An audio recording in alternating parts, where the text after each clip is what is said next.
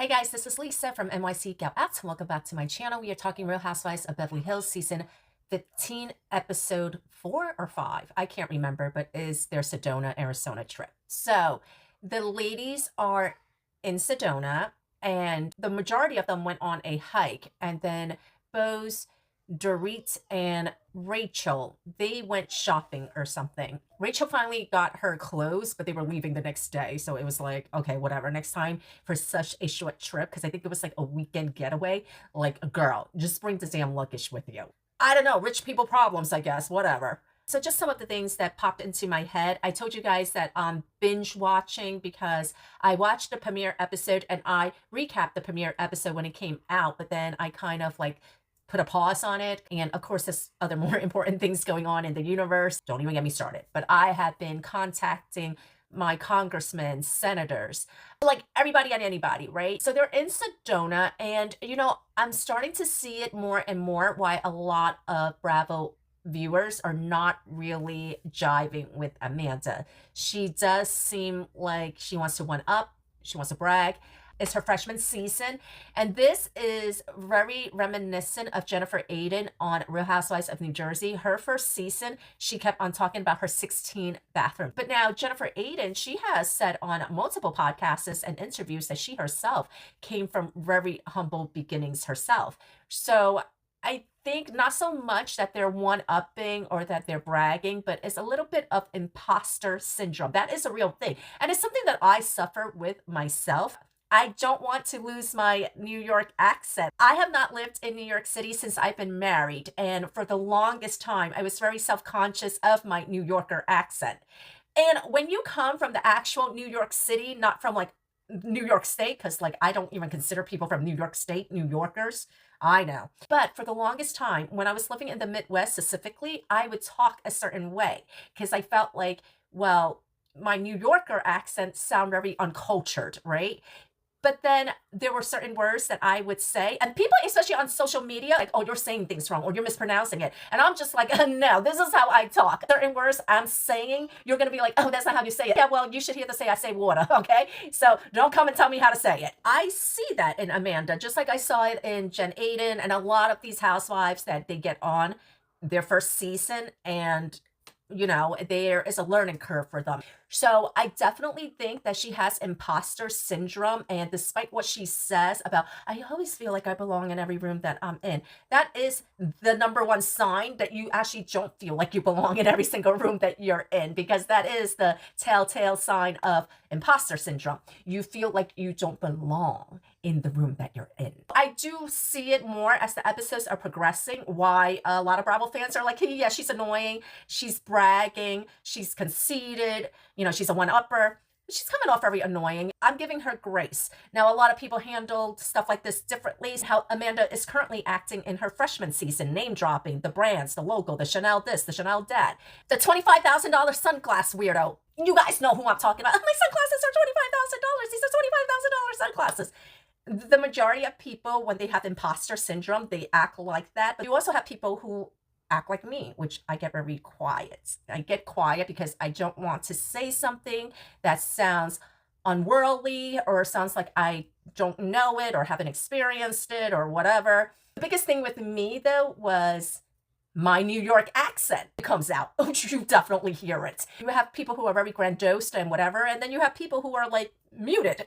Now, having said all of that, though, I do agree with Sutton when Sutton is like, I know what you're doing, Missy. Don't use me for attention. Absolutely. This is her freshman season. We're watching these shows for drama. We're watching them because we're watching it to have messy ass drama.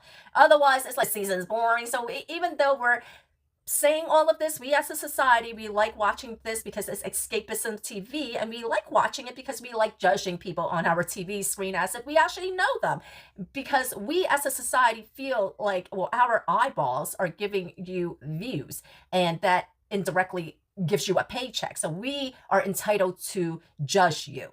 But I will also say this, though, Sutton is getting a taste of her own medicine. She was all in Kyle's business. She was all in Erica's business. Now it's your turn, Sutton. Everybody gets it. That's why when people say that, like, oh, this one is a production favorite, that one's a production favorite, I'm like, I don't care who you guys think are production favorites. You know who are network favorites? The sponsors and the appetizers. So everybody gets it. But listen, how she's handling it, I actually think is the right way because I feel like Avi wants his name out there. You know, he wants attention. So she's not giving it to him. She's saying, if you guys want to talk amongst yourself about it, fine, but don't include me into it. That's it. I'm not talking about it. That is the best way to starve someone of attention and not talk about them. So she's doing it correctly. The other ladies, though, I kind of feel like, oh, okay, this is our chance to show Sutton Stracke a taste of her own medicine. So I get it. Listen, what do I think happened? I think it came down to money. She did not really treat him good. She kind of talked down to him, but are you surprised? Because look at the way she talks to Jennifer Tilly, who is supposed to be one of her bestest friends. So are you surprised that she would talk to somebody that she pays? So I think when it came down to it, it was just over money. He probably asked for more money, whatever. She probably told him something like, oh, you know, I'm trying to figure things out. So, you know, this will just be a temporary break or whatever. And he realized, oh, okay, well, I just got fired. She's not hiring me back. This isn't a lay off. This is a pink slip. Because Jennifer Tilly was like, I actually talked to Avi and I thought it was temporary. And from what Avi told me, he thought it was temporary too. I feel like, okay, when stuff like this gets messy like that, it usually involves money. They had a falling out about money. That's usually how these things go. He probably wanted more money and she didn't want to give him more money. She probably felt like she paid him enough already. And that's where the falling out is. That's where I'm going to go with. So I do believe Amanda was being messy. She was trying to get a moment. She was trying to get attention. Missy was trying to get attention, just like Sutton said. But at the same time, Sutton, this season, you're in the hot seat. You were giving it to everybody. Now this season, it's your turn to get it. Everybody gets a season, and this just happens to be your season, Sutton. Now, Kyle and Erica, they talk a little bit about the whole Dorit PK situation. And here's the thing, though. Do not get involved when friends end up breaking up or even worse, getting a divorce because it's just messy. The best example that I can give you is when Rachel and Ross broke up. Anyway, Friends, they used to come on Thursday night at 8 p.m. on Channel 4 NBC. See, I'm a millennial. That's why, like, Amanda acting like she doesn't know who Jennifer Tilly is. Please.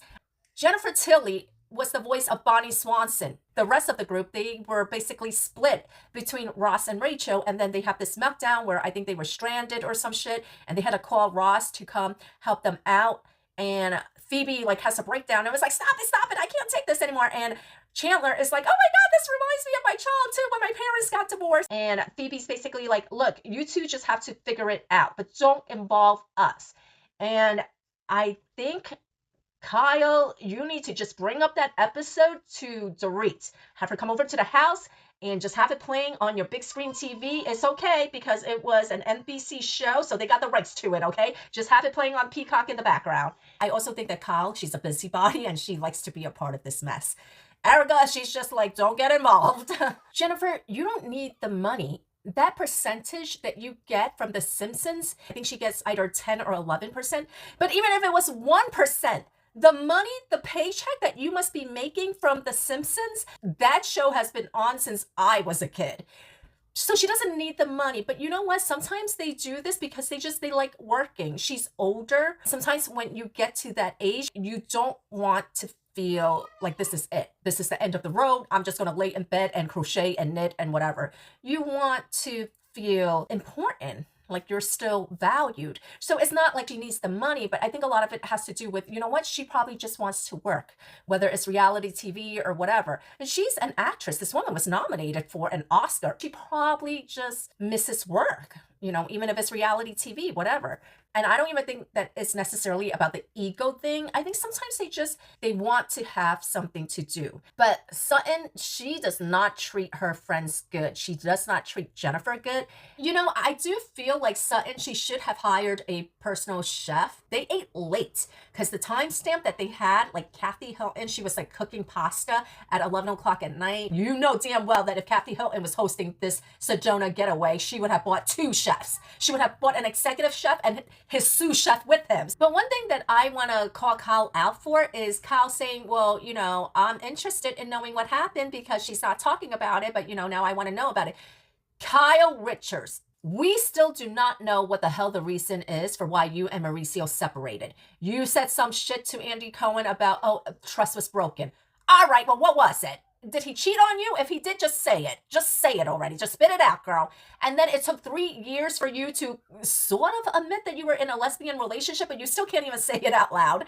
Don't give that energy to Sutton, because what the fuck were you doing for like the last 3-5 years of all this nonsense? So for you to say, oh, just tell us what's going on. Well, why don't you tell us why you and Mauricio are separated? Anyway, that was the episode, guys. What do you guys think of Amanda? How do you guys feel about Sutton this season? Let me know, guys.